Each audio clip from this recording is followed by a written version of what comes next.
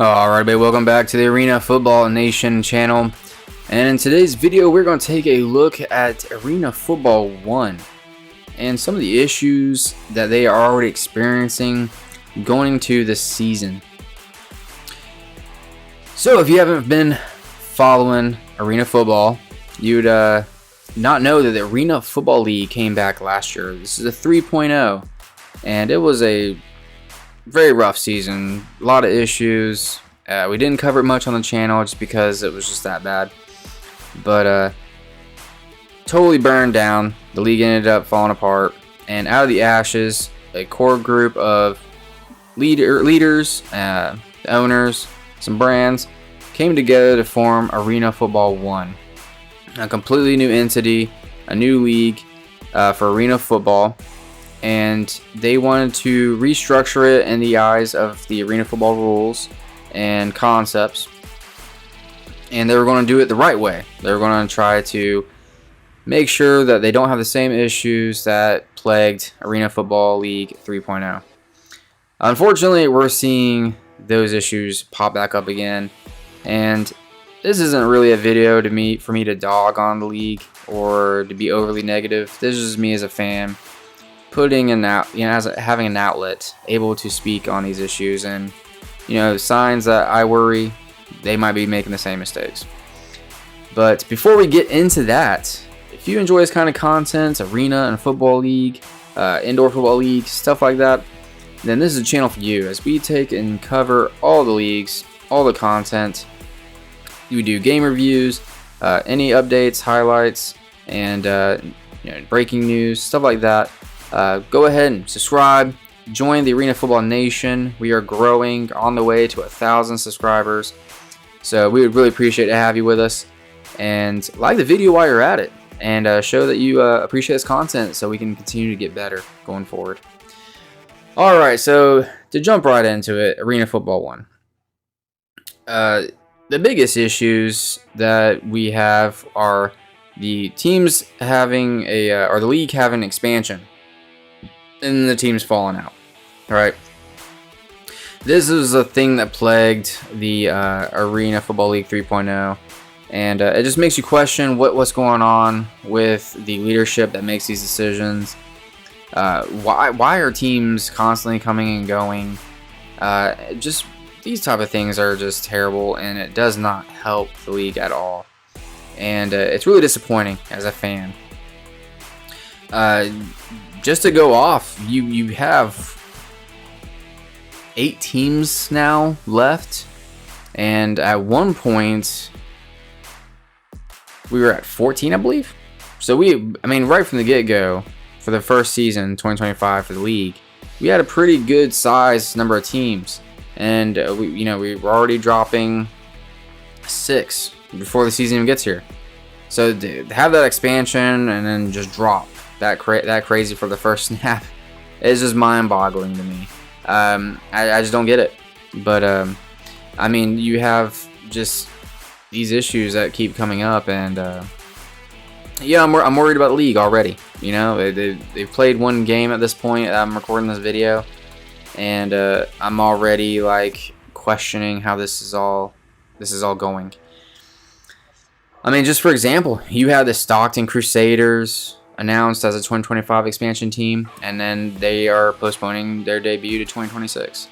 Monterey Kings, a massive announcement. They were announced as a 2025 expansion team, and they've also postponed their start into the league until 2026. That was really interesting because it was an international market.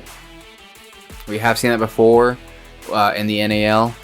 Funny enough, it was the same owner, or at least owners part of that as was with the NAL.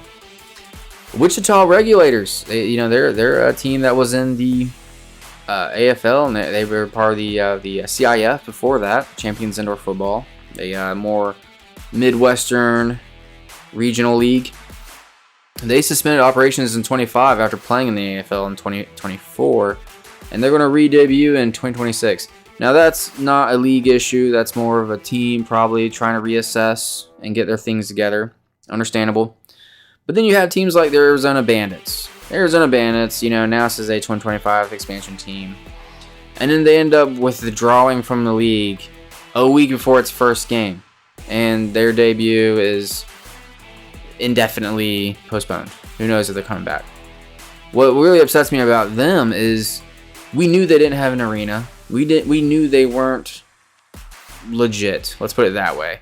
If you don't even have an arena set up and you're taking deposits for season tickets and all that other stuff a week before the first game, it's pretty obvious you're not going to play. And I think most arena and indoor football fans knew that was just not going to happen. I mean, it's such a you got so many teams already in that market, the Arizona market already, with the IFL, the Rattlers, Wranglers, and then you have, what's the third one? I'm blanking out, unfortunately. The third team in that location, I'm sorry, I'm blanking out. I'm so in the zone on this topic, but yeah, just unfortunate. To announce that team and draw it out for as long as they did, just for the week before, be like, yeah, you know what, this ain't happening. Show's over. Let's stop the act, right? So very, very, very unfortunate there. Not as bad as some of the other markets, obviously, because fans in Arizona of the game already have so many options. But then you have teams like Wilkes-Barre, Scranton. Is that how you say it? The Mavericks that were announced up in Penn. Announced as a 25 expansion team, and then they fold 1 month before kickoff. It's crazy. I feel really bad for those fans up there because, that's a historic market for arena football. And I saw a lot of people pretty excited on social media for that team. I thought they have a good chance of really having some good fan support up there. And then you do all this build up just to fold a month before kickoff. It's just crazy to me. What? I don't understand. Do they just let anybody say, hey, I want to be an owner. I got X amount of dollars. Here's a logo, and I'm sure we'll find an arena somewhere. And then, when it gets time to actually put up or shut up. Sorry, guys. I'm just joshing. I don't got no team. So, yeah, it is what it is. I just don't get it. I don't get it, man. It's ridiculous. And we went through this with the Arena Football League 3.0 last year, and here we are right again with these shenanigans. So, and then to top it all off, you have the Orlando Predators. A perennial powerhouse when it comes to the brand in indoor and arena football. It's almost a household name. People know who the Orlando Predators are. I'm not sure nationwide, obviously. I can't speak for everybody, but from the interactions I had with fans in multiple leagues and multiple teams, it's a pretty well-known name. Since the 90s, it was a staple of arena football. They just drop out right before the season starts. They played in AFL 3.0, seemed to be one of the ownerships and teams that were the cornerstones of this, amalgamation of teams that wanted to be Arena Football League, and now they want to be Arena Football 1. They don't want to go over to the IFL, NAL, whatever. They seem to be one of those ownership groups that are really, pretty strong about this. You obviously have the Billings Outlaws, you have the Albany Firebirds, Nashville Cats, and then I would say the Kansas teams. That was the core, and that was what really was keeping the league together as far as I understood it. So to have them drop out, and the way it happened was just insane. Talk about bad blood and just insanity. But, just crazy.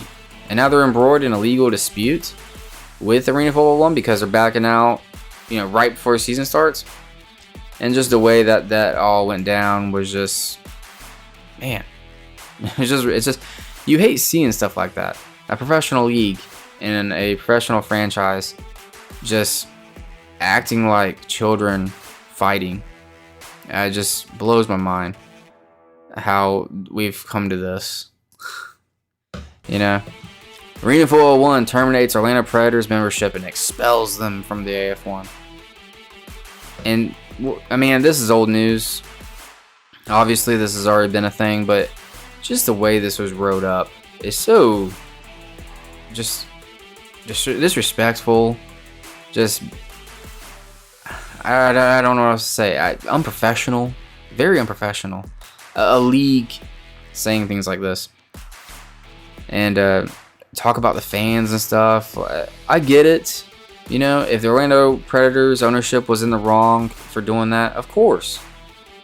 But the way it was just wrote on this, I have on the screen, you can see it. I don't know. I'm not alone. I'm not the minority on having this opinion. A lot of people are commenting on it, saying this is not how this should have went down.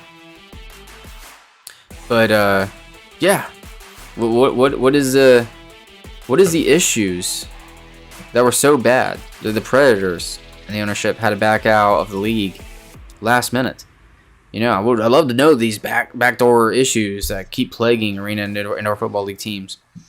But potentially there's a new owner that could buy the team, and maybe they might play in 25. I mean, there's just a lot up in the air when it comes to Atlanta Predators and what all is happening there.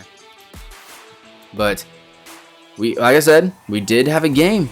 We actually did have a game, and man, it was snooze fest in the beginning. I gotta be honest, but second half action, it did deliver, and the Southwest Kansas Storm defeated the Nashville Cats 40-26, and that was last weekend. We obviously didn't make a video about it because of all just the drama happening, but man, Southwest Kansas, I think they're going to be a solid franchise in this league. I think they are one of the outside looking in potentially teams to have a deep playoff push and run.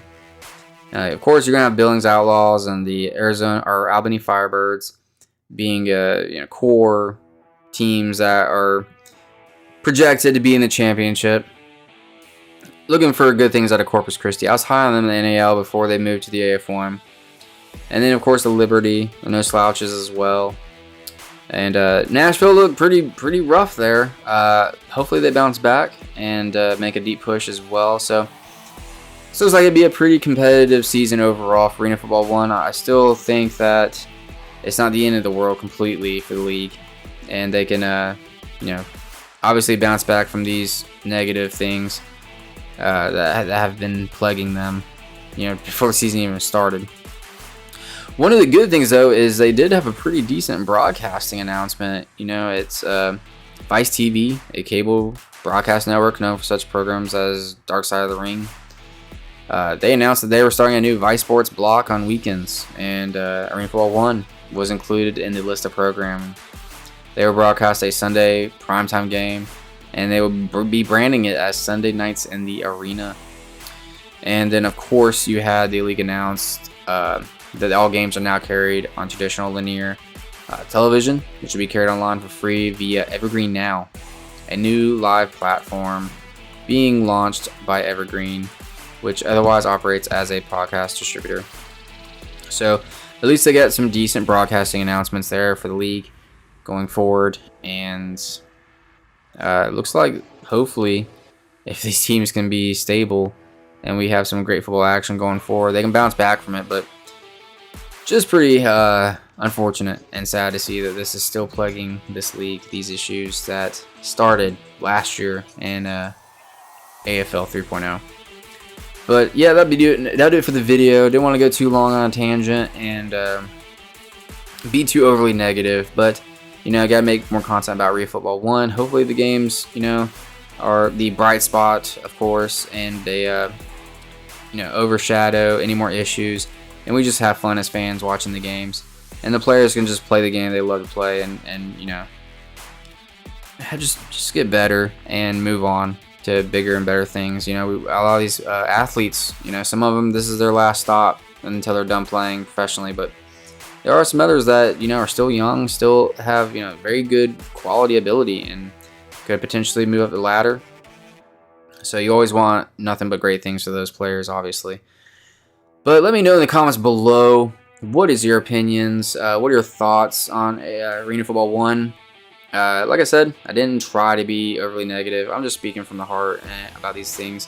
because I'm a fan. I'm a fan just like anybody who watches this video. I'm passionate about the sport and about these teams and players and these fans that obviously also support it. So yeah, just thought I'd make a video about it. Arena Football 1. Let me know in the comments below what you think about the league. What are your thoughts on these issues that are popping up, and do you see the league lasting? Hopefully they do, but man, I really am dreading a potential return of the AFL 3.0 situation, and that would just be terrible. So alright everybody, I appreciate you checking out the video. I hope you have a great one, and I will see you in the next video.